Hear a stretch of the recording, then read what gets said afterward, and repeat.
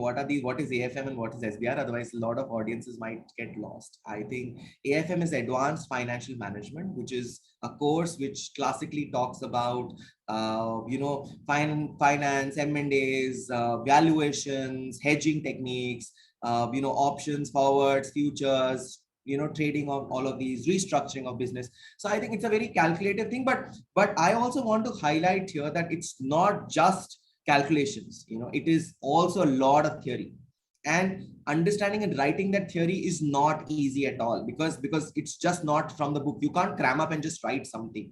So what do you do there is a very important thing that students need to understand, what to do to crack the theory in ACCA.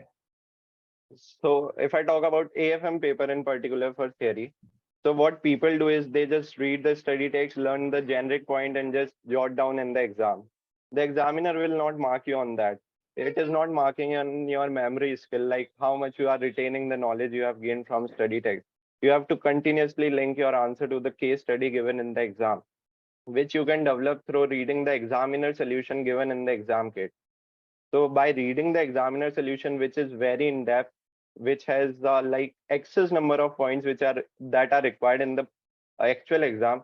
So by reading that and continuously knowing what examiner is doing to link the answer to the scenario will help you in the exam like situation, like how you can also link that solution to the specific scenario. Just writing what is the advantage of NPV. NPV uses the time value of money, will not fetch you a mark.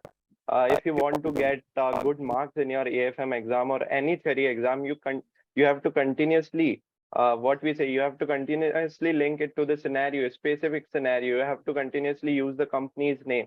You have to continuously consider what the company is going through. Then only the examiner will mark you.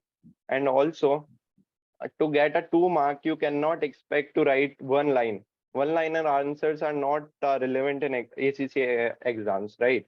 You have to write a full sentence. You have to write and explain what can be the consequence of this advantage, or what can be the positive of this advantage. Then only the examiner will mark you and give you 2 marks. So getting a 2 mark is a very hard thing in ACCA exams. You cannot just write a single line or generic point to get and expect to get a being full mark. Specific, being to the point and relevant to the case study is something which people need to understand.